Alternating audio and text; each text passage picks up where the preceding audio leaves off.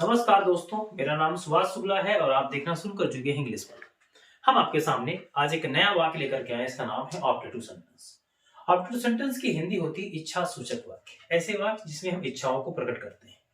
इच्छाओं को प्रकट करने के कई साधन हैं, कई सारे शब्द हैं। सबसे महत्वपूर्ण शब्द जो है आप जानते हैं वो होती है विश। इच्छा, नॉर्मल इच्छा, कोई भी आगे आपकी इच्छा हो तो आप विश लगाते हैं। यदि आप नरेशन प्रयोग कर रहे हैं, नरेशन चेंज कर रहे हैं डायरेक्ट से इनडायरेक्ट। या दूसरा शब्द होता है, आप जानते हैं, प्रार्थना करना। जब हम किसी सुपर नेचुरल पावर से प्रार्थना करते हैं, अपने से बड़े किसी एक ऐसे शक्ति से, शक्तिमान से, जिसको हम अपना सर्वस्व न्यौछावर कर देना चाहते हैं, तो उसकी क्या लगाते हैं? प्रेयर लगाते हैं।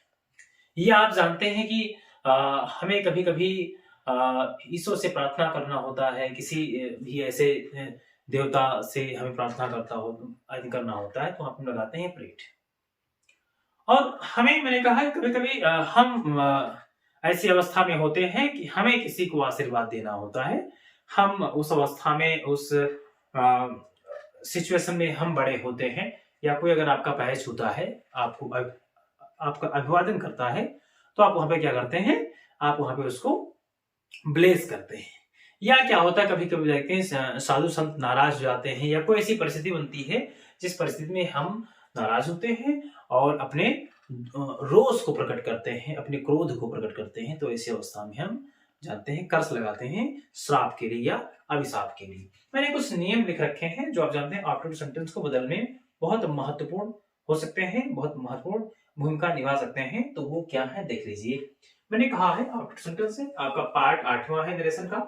नोट, यदि हमारे आरएस के वाक्य में प्रार्थना, इच्छा, आशीर्वाद या श्राप या अभिशाप का भाव व्यक्त हो रहा है, तो हम क्रमशः आरबी में या आरबी के स्थान पे, जहां पे सेट टू होगा, उसके स्थान पे क्या कर देंगे? हम प्रेयर कर देंगे। अगर प्रार्थना आया है, अगर इच्छा का भाव प्रकट हो रहा है तो ब्लेस्ड कर देंगे, आशीर्वाद का भाव प्रकट हो रहा है तो ब्लेस्ड कर देंगे, और यदि आपका श्राप या अभिशाप का भाव प्रकट हो रहा है तो क्या कर देंगे? तो हम वहां पे कर देंगे कर्स्ड। ये विशेष बात आपको याद है, आरबी आपको ऐसे बदलनी है, ऐसे चेंज करनी है। दूसरा है कि और यदि इन्वर्टेड कामा के स्थान की बात की जाए तो इसको हम दैट से चेंज करेंगे। किससे चेंज करेंगे? दैट से चेंज करेंगे। अगला है, सबसे महत्वपूर्ण बात यह है कि डायरेक्ट स्पीच में आरएस की जो शुरुआत होती है, हम सदैव किससे करते हैं? में से करते हैं। आप 100 वाक्यों में से 98 ऐसे वाक्य को मिलेंगे इसमें शुरुआत अगर ऑब्जेक्टिव सेंटेंस है तो में से होगी। लेकिन ऐसे भी कई सारे वाक्य कहते हैं कि उसमें हम क्या करते हैं? इनडायरेक्ट क्या करते हैं? स्पीच में क्या करते हैं? सब्जेक्ट के बाद में हम उसको माइट में चेंज करते हैं। सपोज अगर में आया तो माइट में चेंज होता है, लेकिन सब्जेक्ट के बाद में चेंज होता है। इट मीन्स अगर ऑब्जेक्टिव सेंटेंस आया है तो ये कहने का तात्पर्य है कि उसको हम असर्टिव में चेंज कर देते हैं। सबसे बड़ी बात ये नहीं है, सबसे बड़ी बात ये है कि ऐसे कई सारे वाक्य हैं जिसमें क्या होता है कि में से शुरुआत नहीं होती है, फिर भी में का एक्सिस्टेंस मान करके, में का अस्तित्व मान करके हमें माइट में बदलना ही होता है। अगर ऑब्जेक्टिव सेंटेंस है तो आपको माइट चेंज करना ही होगा, माइट में बदलना ही होगा। इट मींस इनडायरेक्ट में सब्जेक्ट के बाद माइट लिखना ही होगा। और एक बड़ी बात कि अंत में क्या होगा? एक मार्क होता है, इसका नाम होता है साइन ऑफ एक्सक्लेमेशन या एक्सक्लेमेशन मार्क। ये भी होना अनिवार्य है। तो इतनी बातें अगर आप जान पाए हैं, आते हैं एग्जाम्पल की ओर बढ़ते हैं और आसानी से देखते हैं। और तो मैं आपसे कह रहा था कि एग्जाम्पल देख लीजिए। मैंने आपसे कहा, लिखा my mother said to me may you live long. तो मेरी माँ मुझसे कह रही है कि आपकी आयु लंबी हो। तो क्या क्या ये इच्छा है या आशीर्वाद है? अगर मैंने पैर छुआ अपनी माता श्री का, अब मैंने अपनी दादी जी का पैर छुआ और उन्होंने कहा आपकी लंबी आयु, तो क्या है? आशीर्वाद ही तो है। तो हो जाएगा कि माई, फिर हो जाएगा मदर या ग्रैंड मदर जो भी है, तो यहाँ हो जाएगा ब्लेस्ड। क्या हो जाएगा? ब्लेस्ड। फिर क्या हो जाएगा? बी कामा के साथ क्या आएगा? दैट। में है तो रोक दीजिए, यू जाएगा second person according to object, हो जाएगा आई, और फिर हो जाएगा, मैंने कहा था में के बाद क्या हो जाएगा? में माइट में, और फिर हो जाएगा आपका लिव, और फिर हो जाएगा लॉन्ग। ठीक है, एनी प्रॉब्लम? दूसरा है she said to Sita may God bless my son. तो कोई महिला है, वो सीता जी से प्रार्थना कर रही है कि मेरे बच्चे को आशीर्वाद दो, मतलब बचा लो। तो यहाँ आशीर्वाद मांगना है तो हम क्या करेंगे? प्रार्थना कर रहे हैं, तो हो जाएगा सी प्रेड क्या हो जाएगा, सी प्रेड, फिर क्या हो जाएगा सीता, फिर हो जाएगा दैट, और आप जानते हैं गार्ड आ जाएगा यहाँ पे, गार्ड को हम जी कैपिटल से ही रखेंगे, और में हो जाएगा आपका माइट, फिर ब्लेस माई सन, तो माई चला जाएगा, सी से चेंज होगा तो हो जाएगा हर सन। ठीक है, क्या हो जाएगा हर सन। एक और सी साइड लिखा हुआ है गॉड ग्रांट यू सक्सेस, देखो यहाँ पे में नहीं आया है तो सॉरी ही साइड तो हो जाएगा ही, और फिर आप जानते हैं तो गॉड ग्रांट यू सक्सेस, आप जानते हैं अगर यहाँ पे है सफलता मांगना है तो आप यहाँ पे प्रार्थना भी लगा सकते हैं और विश भी कर सकते हैं, कोई जरूरी नहीं है। अगर ईश्वर से कह रहे हैं तो आप यहाँ पे प्रार्थना ही लगा तो हो जाएगा ही प्रेड, क्या हो जाएगा ही प्रेड, फिर हो जाएगा दैट, और दैट के बाद में जानते हैं हो जाएगा गॉड, क्या हो जाएगा तो हो जाएगा गॉड, और फिर हो जाएगा माइट, माइट यहां आपको लगाना पड़ेगा, और फिर ग्रांट यू सक्सेस है तो आप जानते हैं यू आपका सेकंड पर्सन है अकॉर्डिंग टू ऑब्जेक्ट, तो हो जाएगा मी सक्सेस, क्या हो जाएगा मी सक्सेस। आगे लिखा दे सेड टू बरम बाबा या दे सेड टू बगी बाबा, मैंने बगी बाबा लिखा है, आप जानते हैं जो हमारे कुल देवता हैं तो आप लिख सकते हैं, तो दे प्रेड हो जाएगा बगी बाबा या दे प्रेड बरम बाबा, फिर हो जाएगा दैट, और फिर गॉड इधर आएगा और मे को माइट में चेंज करेंगे, सेव माई चाइल्ड है तो माई आएगा चेंज होगा दे से तो हो जाएगा देयर चाइल्ड। ऐसे ही अगर मान लो कि आपके गांव में कोई साधु संत आए हैं और आपने रोष में आकर के उनको भगा दिया और उन्होंने कहा कि जाओ और तुम्हारा सर्वनाश हो जाए, तुम्हारा संपूर्ण नष्ट हो जाए, तो एक श्राप हो जाएगा, तो वहां पे हम क्या लगा देंगे, हम कर्स लगा देंगे। अगर आपकी नॉर्मल इच्छा है, सपोज तुम्हारी इच्छा है, मैंने मान लो आपके मित्र ने या आपने ऐसी इच्छा रखी कि मैं चाहता हूं कि मेरे मार्क्स 100 में 100 आ जाए, तो नॉर्मल इच्छा को हम 20 लगा सकते हैं। ऐसे बहुत सारे एग्जाम्पल है, मैं आपको और बताने का पूर्ण प्रयास करता हूं, मैं पूरा प्रयास करता। तो मैं आपसे कह रहा था कि एक और तरीके से इसको बना सकते हैं।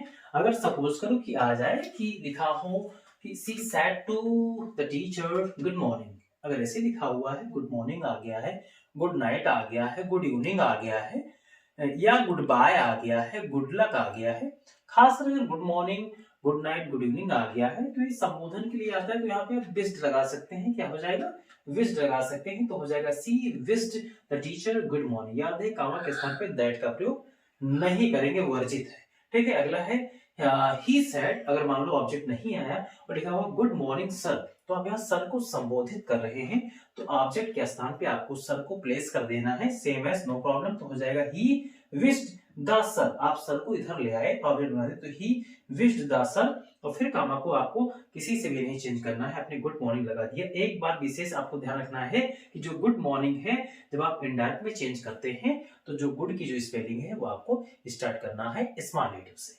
दूसरा लिखा हुआ तीसरा आई सेड, फिर लिखा हुआ है गुड नाइट फादर, मान लो आया गुड नाइट फादर, तो इसको आप कैसे करेंगे, तो भाव पकड़ना है, रट्टा नहीं मारना है, रट्टाफिकेशन से काम चलने वाला नहीं है, ये बात आपको विशेष याद है। तो करना है आई विश्ड माई फादर, अब यहाँ फादर के पहले मैंने माई लगा रखा है, this is only for the feeling से, ये मुझे पूर्ण भाव प्रकट करा रहा है इसलिए मैंने माई लगा दिया।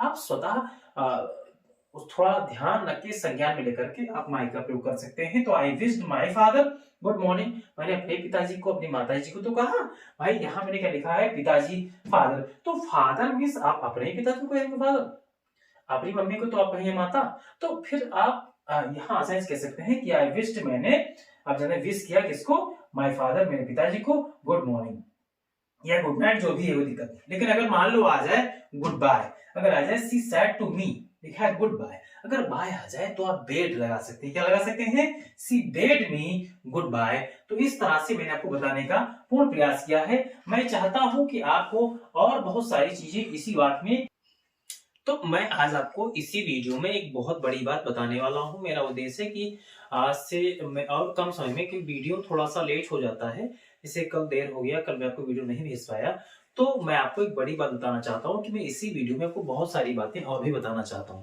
मैं चाहता हूं कि आसानी के साथ में आपको बहुत सारी बातें बताई जाएं, जिससे बहुत आसानी से आप और ज्यादा से ज्यादा कम से कम समय सीख सकें। तो मैं आपको एक्सक्लेमेटरी के बारे में भी विस्तार से बता देना चाहता हूं।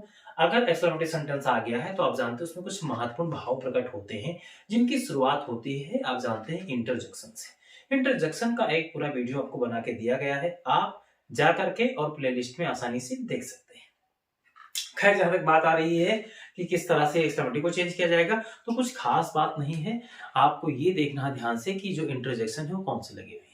अगर जॉय वाले इंटरजेक्शन है तो आरबी के स्थान पे एक्सक्लेम्ड विद जॉय हो जाएगा। सपोज करो अगर हुर्रा आ गया, हा आ गया, वाव आ गया, तो हमें एक्सक्लेम्ड विद क्या लगा देना है, जॉय लगा देना है आरबी के स्थान पे। आरबी मींस सेड टू के स्थान पे।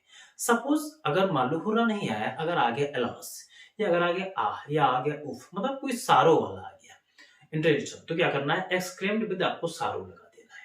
सपोज करो कि हाउ या वाटा या कोई ऐसा आई थिंक इंटरजेक्शन आया जो संबोधन करता है, जो आपको रिफ्रेश करता है कि हाँ आश्चर्य की बात है, यहाँ पे सरप्राइज की घटना घटित हुई है, तो आपको लगाना है एक्सक्लेम्ड विद सरप्राइज, या आप एक्सक्लेम्ड भी कर सकते हो, केवल एक्सक्लेम्ड कर सकते हो, बहुत परेशान होने की बात नहीं है।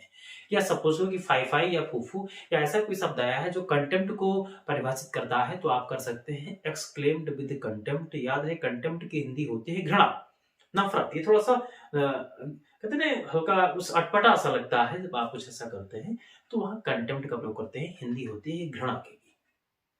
या मान लो किसी को आप शाबाशी दे रहे हैं तो अप्लॉज लगा सकते हैं, एक्सक्लेम्ड विद अप्लॉज कर सकते हैं। विस्तार से मेरे को लिखने का काम किया है। एक्सक्लेम्ड विद जॉय हो जाएगा, एक्सक्लेम्ड विद सारो हो जाएगा, एक्सक्लेम्ड विद कंटेम्प्ट हो सकता है, एक्सक्लेम्ड विद सरप्राइज हो सकता है, एक्सक्लेम्ड विद अप्लॉज हो सकता है। ये महत्वपूर्ण होता है। सपोज को अगर बिल्डन आ गया या ब्रेवो आ गया तो क्या लगा देंगे, एक्सक्लेम्ड विद अप्लॉज लगा देंगे। मान लो हाउ आ गया, व्हाट आ गया, तो एक्सक्लेम्ड विद सरप्राइज लगा देंगे। फाई फाई फूफू आ गया तो एक्सक्लेम विद कंटेम्प्ट लगाएंगे। अगर आ गया अलास तो क्या लगाएंगे, एक्सक्लेम विद सारो लगाएंगे। अगर आ गया आप जानते हैं हुर्रा या हा या वाव तो क्या लगाएंगे, एक्सक्लेम विद जॉय लगाएंगे। और कामा किससे चेंज करेंगे, किससे चेंज करेंगे भाई, कामा चेंज करेंगे दैट से। तो मेरा अंदाजा है आप ये बहुत छोटे से समय, बहुत कम समय में ये बातें आप समझ पाए। मैं इसका एग्जांपल देने से पहले खास बात आपको और लाया हूं जो इसी से संबंधित है। बहुत प्यारा सा सेंटेंस है, आपको मजा आ जाएगा, आप जान के आपका दिल बाग बाग हो जाएगा। सपोज करो कि अगर कोई ऐसा वाक्य है जिसकी शुरुआत इफ से, she said if I were blind. ये अगर आप कोई कोरी कल्पना देख रहे हैं, अगर कोई सपना देख रहे हैं जो सच नहीं हो सकता है, but you can see, you can imagine, आप कल्पना कर सकते हैं भाई साहब। तो अगर आ जाए कि she said if I were blind, तो आप अगर इफ आई वर से स्टार्ट हो रहा है तो आरबी के स्थान पे क्या लगाएंगे, विस्ट लगाएंगे। क्या लगाएंगे, विस्ट लगाएंगे। और जो वर है उसको हटा करके आप वुड बी में चेंज करेंगे। इसमें चेंज करेंगे, वुड बी में चेंज करेंगे। ये विशेष याद रहे। जैसे मैंने चेंज कर रखा, मैंने कहा सी सैड तो हो गया सी विस्ड हो गया, फिर कामा के स्थान पे दैट आ गया, इफ हट गया, आपका I first person according to subject she है तो हो गया सी, वर में मैंने कहा वुड बी कर देंगे, और फिर ब्लाइंड हो गया ब्लाइंड। एक और करके देख भी लेते हैं। मैंने कहा कि आपके सामने ही लिखा हुआ है, तुमने कर दिया ही, क्या कर दिया ही, फिर मैंने कर दिया इसको विस्ड कर दिया, फिर मैंने कामा के स्थान पे लगा दिया, मैंने दैट लगा दिया, इफ अपने आप हट गया, आई कौन सा person, first according to subject, subject क्या है ही, तो यहाँ क्या हो जाएगा ही। मैंने कहा था कि जो वर्ड है वो क्या हो जाता है, वुड बी, तो हो गया आपका वुड, और फिर हो गया आपका बी, और फिर आपने लिखा यंग अगेन, तो हो जाएगा यंग अगेन। इसमें कोई दिक्कत, शायद कोई दिक्कत नहीं। एक नई टॉपिक आपको बताने का प्रयास किया गया। समझ में नहीं आ रहा है तो परेशान ना हो, मैं इसको एक बार फिर से बता दे रहा हूं। तब तक मैं चाहता हूं कि एक आप शॉर्ट स्क्रीन ले लीजिए। ले लिया, थैंक यू। तो हम चाहते हैं कि एक आपको एक नहीं 2-3 वाक्य में तो बताना चाहता हूं। मैं तो चाहता हूं कि आपको हजारों एग्जाम्पल दे दूं, लेकिन जानते समय बहुत कम है। ऑनलाइन प्लेटफॉर्म पे यही एक दिक्कत है कि आप जानते हैं कि आई थिंक कम से कम समय में ज्यादा से ज्यादा बातें आपको मुझे बतानी होती हैं। सपोज किसी ने कहा कि ही सेड, उसने कहा हा I have one the match. Bharat में जानते हैं क्रिकेट का बड़ा जुनून है, लोग भगवान मानते हैं क्रिकेट को, बहुत ज्यादा पूजते हैं बिल्कुल हमारे यहाँ खेलों को, खासकर क्रिकेट। खेल तो बहुत सारे हैं, राष्ट्रीय खेल को कोई जानता ही नहीं कौन राष्ट्रीय खेल हमारा जानते हैं। तो लिखा हुआ है तो आप जानते हैं यहाँ पे हा आगे मैंने कहा हा आ जाए, हुर्रा आ जाए, वाव आ जाए, तो क्या लगा देंगे, हम लगा देंगे आदमी के स्थान पे, मतलब साइड टू के स्थान पे क्या लगा देंगे, एक्सक्लेम्ड, एक्सक्लेम्ड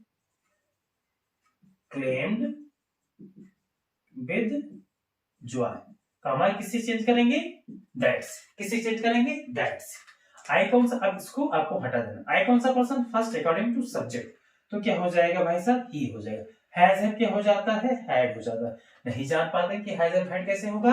मैंने आपसे बता रखा है, B1 आए तो B2 और B2 आए तो B3। क्या आया है? B1, तो B1 आया तो B2 लगा दो। हैज हैव का B2 होता है हैड, और फिर हैड के बाद में आएगा आपका थर्ड, तो 1 हो जाएगा, फिर हो जाएगा आपका द मैच।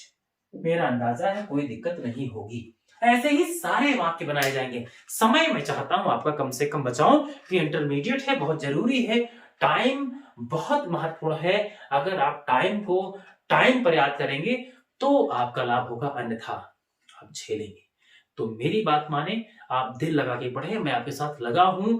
आप वीडियो को विस्तार से वॉच करिए, पूरा देखिए। जब तक पूरा नहीं देखेंगे मजा नहीं आने वाला है, जान नहीं पाएंगे। ये दौड़ा दौड़ा के देखने से कोई फायदा नहीं, विस्तार से देखिए। कोई समस्या हो तो कमेंट बॉक्स में डालिए, बताइए कि सर ये प्रॉब्लम है, मेरी इस प्रॉब्लम को सॉर्ट आउट करें, फिर से बताएं। मैं अगर बार बार वीडियो बता के आपको बना के न समझाऊं तो मेरा नाम आप भूल जाइएगा। मैं आपको वादा करता हूं कि बिंदुवार तरीके से हर एक टॉपिक आपको विस्तार से पढ़ाऊंगा।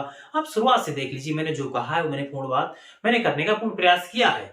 मैं आपसे कम से कम 1 महीने पहले मैंने कहा था कि मैं आपको लगातार पढ़ाऊंगा, मैं लगातार पढ़ा रहा हूँ। 1-2 दिन कहीं प्रॉब्लम हो जाती है, कि आप जानते हैं मेरी जो लाइफ है बहुत व्यस्त है, कोचिंग्स बहुत सारी हैं, बहुत सारे बैचेस लगे हुए हैं, सबको संभालना होता है। फिर भी मैं आपको समय निकाल के शाम को अपने टाइम में से आपको टाइम देता हूँ, वो भी निस्वार्थ सेवा। मैं आपसे कोई डिमांड नहीं करता, मैं आपसे कुछ नहीं चाहता हूँ। बस एक ही बात चाहता हूँ कि वीडियो पूरा देखा जाए और अच्छे से देखा जाए, और अगर कोई कमी हो तो वो भी आप बताएं, कोई दिक्कत नहीं है। मैं फिर से आपको पढ़ाने का बताने का प्रयास करूंगा। एक बात और मैं आपको सूचना देना चाहता हूं जाते जाते, कि आप जो आने वाला जो समय है 1-2 हफ्ते में, मैं आपको कॉपी के बारे में, कि हाउ टू राइट कॉपी, कैसे कॉपी लिखे, कैसे अनसीन पैसेज, कैसे लॉन्ग आंसर, कैसे शॉर्ट आंसर, कैसे आई थिंक जितनी सारे जो क्वेश्चंस हैं, क्वेश्चन बाय क्वेश्चन में वीडियो लाने वाला हूं। एक एक क्वेश्चन के ऊपर ही वीडियो रहेगा, जिससे आसानी से आप अगर इंटरमीडिएट में, हाई स्कूल में है, या किसी भी अगर आप बोर्ड परीक्षा को देना चाहते हैं, चाहे यूपी बोर्ड परीक्षा हो, चाहे एमपी बोर्ड परीक्षा हो, जो भी एग्जाम्स होने वाले हैं, बिहार बोर्ड हो, कोई भी बोर्ड हो, तो उसे आप आसानी से ये समझ सकें। चाहे झारखंड हो, जितने हिंदी भाषी राज्य वाले जो बोर्ड हो रहे हैं, चाहे गुजरात का ही क्यों ना हो, तो आसानी से आप बात समझ सकें। हमसे जुड़े रहें, और आप चाहे हमारे देश से देख रहे हैं तो बहुत बहुत साधुवाद। अगर आप बाहर से देख रहे हैं, खासकर पाकिस्तान से, तो मैं आपसे निवेदन करूंगा कि भाई साहब आप लोग भी आराम से सीखें, कोई दिक्कत नहीं है। अफगानिस्तान से हैं तो भी कोई दिक्कत नहीं, वेलकम आप सभी का इस चैनल पे। लेकिन मैं चाहूंगा कि विश्व परिदृश्य में जो आजकल जो पाकिस्तान और ईरान के बीच में जो स्टार्ट हुआ है, मैं चाहता हूं इस वार को बंद किया जाए। ये मानवता के लिए ठीक नहीं है, क्योंकि आप जानते हैं पहले से ही हम लोग 2-2 फ्रंट पे वार झेल रहे हैं। उधर रसिया और यूक्रेन के बीच में, और इधर आप जानते हैं फिलिस्तीन आई थिंक और इजराइल के बीच में, तो तीसरा उचित नहीं होगा। अन्यथा आप जानते हैं कि हम कहीं ना कहीं तृतीय विश्व युद्ध के मुहाने पर खड़े हैं, और ये इस संसार के लिए और मानव जाति के लिए ठीक नहीं है। और आप जानते हैं कि इस हफ्ते हमारे राम आ रहे हैं, तो आप जानते हैं अच्छे से पढ़ते रहिए, और बोलते हैं एक बार फिर से जय सिया राम। Thank you.